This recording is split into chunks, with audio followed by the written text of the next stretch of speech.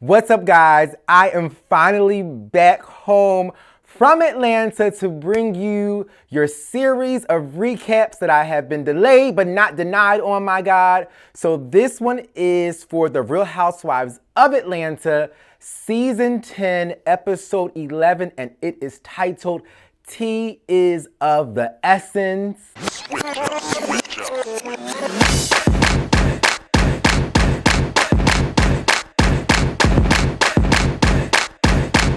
And this was a crazy episode, my God. Great but crazy, and there are so many details to it. So I'm going to try my best to bring points and details from every aspect of this episode because I know that you guys love when I go into detail on the recap. So please forgive me if I miss some things because it was a lot, my God. But let's start out with Portia and Kim at her house in this whole vegan life project. Now, I will say props to Portia for being committed to her lifestyle change, for being a vegan, but I'm not okay with Portia and Kim being friends. I feel like Portia is trying to now not show herself in a better light because I never felt like she was a negative or a bad, mean, nor malicious person. But I do feel like Kim has some negative, malicious,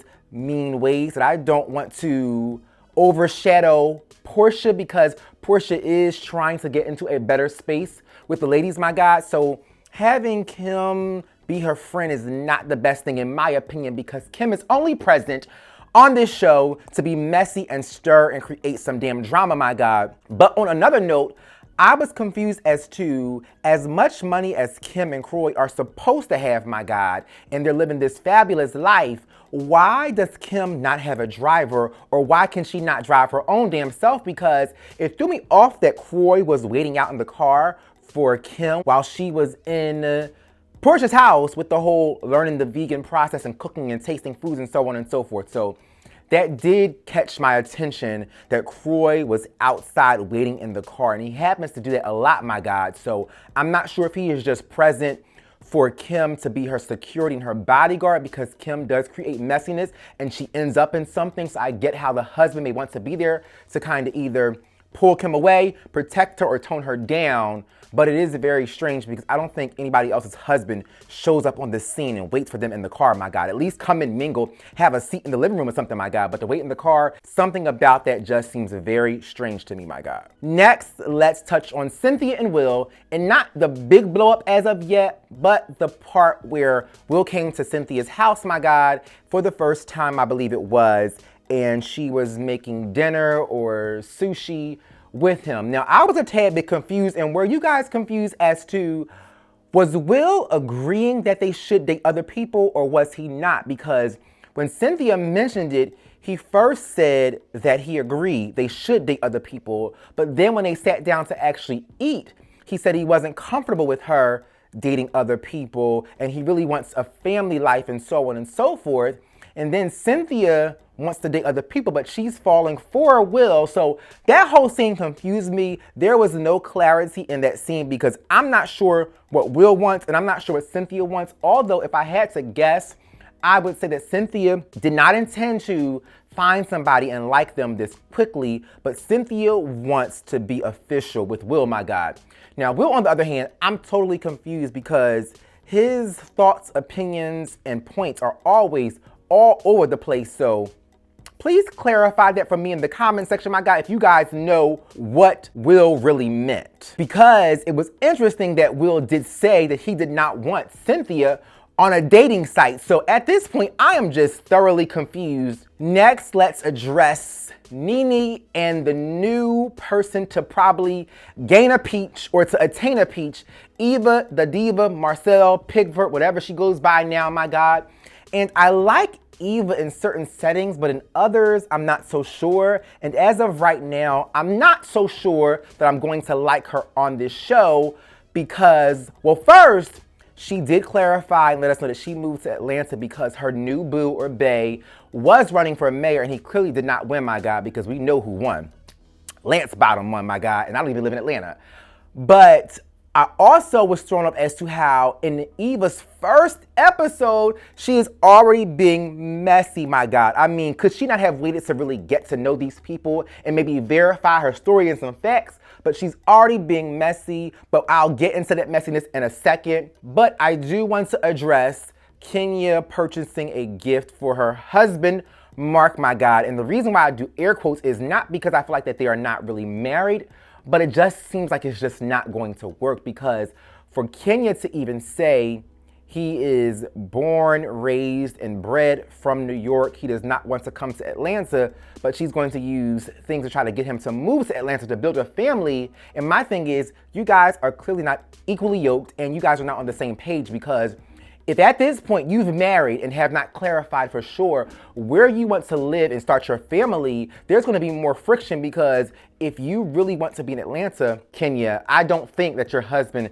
is going to agree with that if he really wants to be in New York. And so you trying to force and encourage and make things comfortable for him to want to move just does not make sense at this point. It seems like you're really trying to change somebody, and I'm just not so sure about this marriage at this point, my God. Also, I will say it is extremely annoying for us to have to hear about Kenya talking about her husband, my God, but we never getting to see him or see them interact. And not saying that he needs to be full-fledged cast member of this show, but it is weird that your storyline is somewhat about your husband, but we don't get to see your husband on a Housewives show, my God. Last but not least, we must address the biggest issue and topic in this episode, which was Kandi's Essence cover party that she threw, my God. And I do want to start off by saying that props to Kandi for being on the cover of Essence, because she is a boss, she is a mogul, she does make moves, my God. But we all are annoyed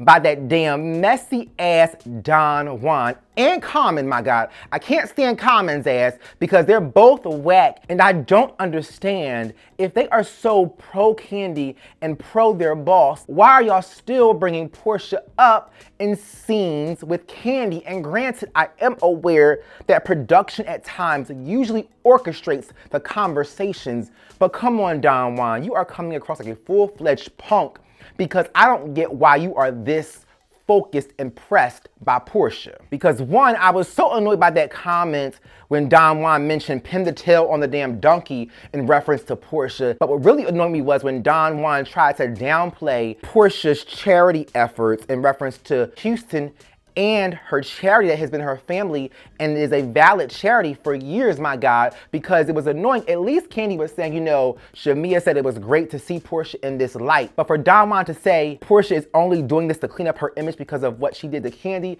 you're an asshole, Don Juan. You are so freaking pressed. Where is your coochie? Because you are a true lady and I cannot take it. And it's not to say that women are messy, my God, but Don Juan is just a lady because he just gets on my nerves, my God. He just does, because he is so focused on Portia. Focus on your own damn life, my God. Focus on your job and whatever your role is with Kandi. But I just can't take that. Kandi constantly proves me right when I say she will not say something about Portia and others on camera, but always allow her minions, my God, to speak on her behalf, because at Shamia's bridal shower, Common's ass had comments about Portia. And we always hear Don Juan have negative comments about Portia. So Don Juan, are you just jealous that you don't look like and you're not Portia, my God? I think you want to be Portia, Don Juan. And I was just so annoyed with this whole back and forth with Don Juan questioning and wondering and saying that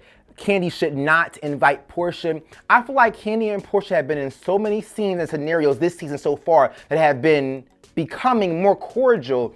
So Don Juan saying that Portia should not be invited, or I'll think about it. And even Kandi's messy ass saying, you know what, invite her so she can see what winning really looks like. Bitch, girl, like, you are so damn pressed. Who sends an invite to someone whom they are not feeling and supposed to not be bothered by, nor paying any attention, but being cordial? But your reasoning for inviting Portia, Kandi, is to show her what winning looks like. And at the end of the day, most of the women on this show who have a peach are winning because everybody on this show is actually making some damn moves, bitch. So just because everyone is not getting what you're getting does not mean that everyone is not winning. And Portia said this on her show yesterday, my God, in reference to Kandi saying, invite her so she can see what winning looks like. Portia said that, baby, you are not the only one that's being blessed. Now, at the actual party and events, okay, so we saw various celebrities showing up on the scene to support Kandi and her cover, but I gagged when Common's asked. You can tell Common is a fake chick. She is so fake and phony and fraudulent, just like, never mind. But when she said, my God, to Dr. Heavenly, oh, look at that cute shortcut. Common, that cut on Dr. Heavenly looked a hot ass mess. So that just proved how phony you really are, my God. That just annoyed the heck out of me. But I will say Kandi's arrival, my God, Kandi actually looked better at her cover party than she does on the cover of Essence. And I think maybe it's because she had to use the Glam Squad for hair and makeup and fashion that Essence provided, because that white dress, that white bodycon dress with that ponytail was sickening on Kandi. She looked gorgeous, but I did not personally care for her cover photo. And I mentioned this to you guys in previous recaps, but I do know that in scenarios like this, the magazines will provide the Glam Squad, which is why I'm never really okay with people going to magazine covers or photo shoots without their Glam Squad, because you're not going to be for sure what you're going to look like, because everybody who works in a high profile industry, my God, or has high profile clients isn't always qualified, nor do they all have phenomenal work that fits that person. Now, when Portia showed up to greet Kandi and walk up to her, I just wish Portia would not have gone. Even though she had Shamia there as a backup and support, I just feel like it was not a comfortable nor welcoming and inviting space for even Portia, because Portia was definitely trying. She gave Kandi a hug, said, I'm here to support you, regardless of what we went through. I'm proud of you and I'm proud of your success. And Kandi's ass is still being fake and giving side eyes and being shady. And it's like, why did you even invite this girl? Why did you extend the invitation, my God? If you were gonna be this bitch that you're being, like, I'm so over it. We're carrying this over into this season too far. And it's annoying because, as I've already stated, we've seen Portia and Kandi in scenes together thus far where they have been cordial, even when they were on the train in San Francisco, when Kandi was being shady, but at least being somewhat nice nasty to Portia. So this whole side-eye thing and like, why is she here? But you invited her and she's trying to at least congratulate you and show you respect for the achievements you've made, my God. And she even hugs your mama. Like, this is some old high school messy BS. And then even Don Juan's ass not speaking to Portia, shading her. Common not speaking to her when she arrived, but Common made sure to speak to Shamia, my God. It's just like, y'all are so unprofessional, because this was a professional setting and event. If you don't like a bitch, don't invite her, my God. But at the point that you actually send the invitation to invite that person, at least be kind and respectful. But to then have somebody come there and be like the outcast, it was just so uncalled for. And it just shows Kandi's immaturity, my God. And I just loved the maturity that Portia has, because while they shade her, call her stupid and this and that and so on and so forth and uneducated, when she said that I'm going to keep speaking and hugging regardless if she does not receive me, my God, because she said this girl will never get over it. And I want to state so that the Kandi fans are clear, no one is saying that Kandi has to get over it quickly. It can be in her own time. But there has been scenes, as I've already stated, where Kandi has not been this nasty, and she should be over it at this point. Not over what happened to her, but over being nasty to Portia, my God, especially when you see Portia is trying. And granted, Portia was wrong, we get it, but at the point that you see someone repeatedly trying to gain your respect and at least you being cordial and nice to them, and you still keep giving them a brick wall, my God, it's just so tiresome and draining to even watch. But it's just so interesting how Kandi was nice and sweet and kind and cordial to Kim and Nene's ass, my God, as if they were good girlfriends, laughing, kiki, ha, ha, ha, all girl, hey, hey, hey, and all that, my God. But clearly still was showing her ass to Portia. And granted, there are different degrees of what Portia did versus what Kim did versus what Nene has said and done, my God. I still feel like this was not the place. Kandi, how can you claim that you are happy and excited about your winning, my God, and your achievements, but yet you are still being an asshole? That means you're carrying this. So you can't be truly happy. You can't be happy and annoyed at the same damn time, my God. You can't genuinely celebrate and be annoyed at the same damn time, my God. Those two things cannot exist in the same person at the same very moment. Either your ass is happy about your life and what you're achieving, or your ass is mad at Portia in this very moment. But you are getting on my nerves because I tried to extend an olive branch to you, Kandi, but you then continuously be so immature. Also, I want to address Todd's whack-ass introduction for Kandi when he mentioned that Kandi has had some issues with Portia, Kim, and RHOA, yet they're here, and that just shows her character and her integrity, my God. No, bitch, no, it does not, Todd. You are an asshole for even bringing that up in this moment of celebration, my God. But it also proves on TV, my God, the lack of character and the lack of maturity that your wife has, because you're sitting here saying how great of a person she is and she welcomed these people here, but she welcomed a person to then shade them, and then now you're shading them on the damn mic, which was, why is that relevant for this particular party, my God? Then when Kandi's ass then followed behind her husband's whack ass to address the haters and saying, people in this room took me to places that I did not want to go, but thank you for taking me higher. That is not true happiness. I'm sorry, I would never be in my happiest moments in my life and achieving goals and being a damn boss and gonna remember to thank the damn haters. I don't give a damn about the haters or who did what.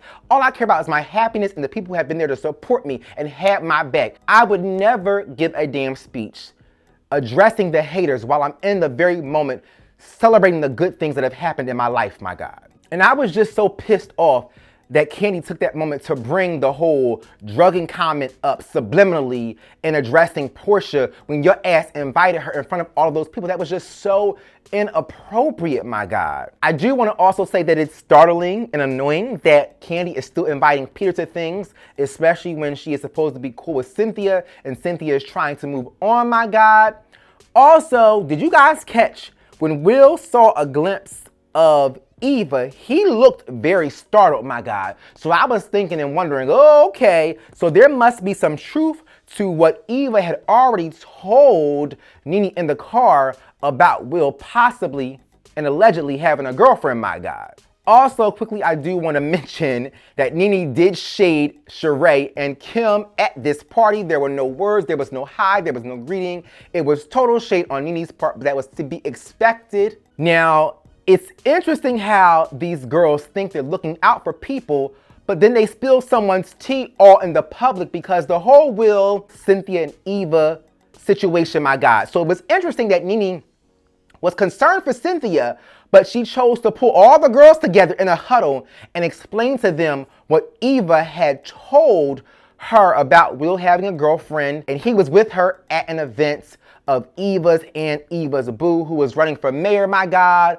But I was also thrown off that once Kenya heard the news, she chose to go after Cynthia to give her a heads up so she would not be ambushed, but Nene's messy ass followed Kenya, and then so did all of the rest of the girls. So where did the whole I'm trying to not have Cynthia be ambushed situation go when everybody followed Kenya's ass, my God? And I was a tad bit confused as to why Kenya was the one telling Cynthia when Nene was the one who had the information firsthand from Eva, my God.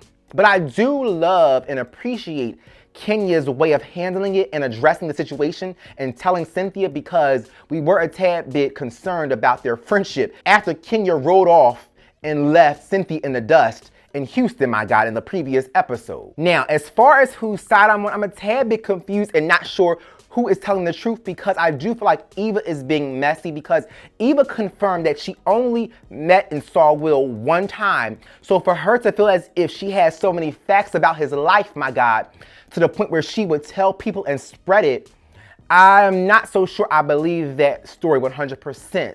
But also, Will was making himself seem super guilty because his statements were all over the place and not lining up, even down to the fact where Eva said it was a 2-month time frame that had passed where she met Will and he was with his girlfriend, my God. But then Will said it was 7 months ago, not 2 months ago. But then earlier in the episode at this event, Will said he had been single for 2.5 or 2 years, my God. But then he admitted to Eva's face in front of Cynthia, my God, that he was with someone who was considered his girlfriend or dating at Eva's and her boo's event, my God. But I was glad that Will did state on camera that he had informed Cynthia about everything and he was very honest with her. But like I said, his timelines are not adding up, my God. But I was even more annoyed when Will wanted to address the elephant in the room head on and have Cynthia and Eva right there present and discuss it, and for Eva to say, oh wow, this is quite messy. Bitch, you're the messy one. You brought this up at this time, my God. You are the one spreading information that may or may not be true, my God. So why would you say this is quite messy when Cynthia is looking like a damn sad puppy and is allowing these girls to run her life and run her dating life and have her back? And while having her back is great, it just came across as Cynthia was being a child and childlike in that moment, because she did say, I don't want to date you if you have a girlfriend. But Eva's ass was just so annoying because I feel like she was going too hard for not having, or at least knowing this man longer than one day and one experience at one event. Because then when she brought up Will was posting like he knew Eva and her boo and so on and so forth, when Will stated that he was there to support Eva's boo, my God. So I do agree with Kenya that I don't think that Will is 100% lying, because at this point he probably is single, but something is not adding up, my God. And I was just so annoyed that Cynthia was allowing these girls to handle this on her behalf. Now I do have to check Will's ass because he was getting a tad bit too feisty with Eva, but I can get how he felt like he was in a happy, productive space with Cynthia, and now Eva's ass comes out of nowhere and pretty much destroys it without having for sure factual information. Because y'all, we have to agree that even though some of it may be true, Eva having only met Will one time does not verify any kinds of facts. And maybe Will did show up to Eva's boo's potential mayor's event, my God, and said this was his date or his girlfriend in that setting, but we don't know for sure that that was actually the case, my God. And then how would Eva even know that she met Will's daughter? So that was a lot of information to have in a first meetup with Will. So I'm just not trusting Eva at this moment. And her introduction on this show with being messy is a tad bit annoying. Also, I do want to say Will is so damn petty, my God. He is super petty because when he got annoyed and wanted to walk away and not be a part of this whole messiness and this craziness, my God, because he was upset because I do really think he likes Cynthia. But when he said, now I'm not voting for Michael under his breath, and the microphone caught it, I said, this bitch is petty as hell, my God, because he felt like that because of Eva, it wasn't worth him casting his vote for Michael, my God. But I kind of get it though, because I mean, Eva pretty much just messed up Cynthia and Will's whole thing, especially without knowing for sure if it was the truth. But I gagged, my God, when before the episode ended, Portia walked up being nice, cute, and calm and checked on Cynthia. And bitch, when Portia said, oh well, and then Cynthia said, you got some news too? She said, well, bitch, if you're asking, I'm gonna tell you. I said, oh my God, there's more news about Will. We're proving Candy right, because Candy was already skeptical about Will. But I feel like this is just not a black and white situation, my God. So I'm not sure. I'm confused. I don't know. I'm not sure if Will is lying. I'm not sure if Eva has the truth, my God. But it was funny when Sheree came outside and said, bitch, I was invited to the wrong party, because clearly the party is outside. And then Cynthia had her damn shoes off, my God. And Nene was there being a damn grown-ass masculine man bodyguard. And granted, for her to call out Will saying you should not talk to a woman like that was right. It just was unfair because Eva was making some serious allegations and creating some mess and some drama at the wrong moment, especially in front of all of these people with everybody's boyfriends, husbands, and Cynthia was just sitting there looking like a damn lost, sad puppy. This was a lot, guys, to this episode, but that's about it on my recap of The Real Housewives of Atlanta. I hope that I covered everything that you expected me to cover in this episode, and please Follow me on all social media outlets. Thumbs up this video, subscribe to my channel, turn on the notifications, comment down below in the comment section, and thank you guys for tuning in. Bye, guys.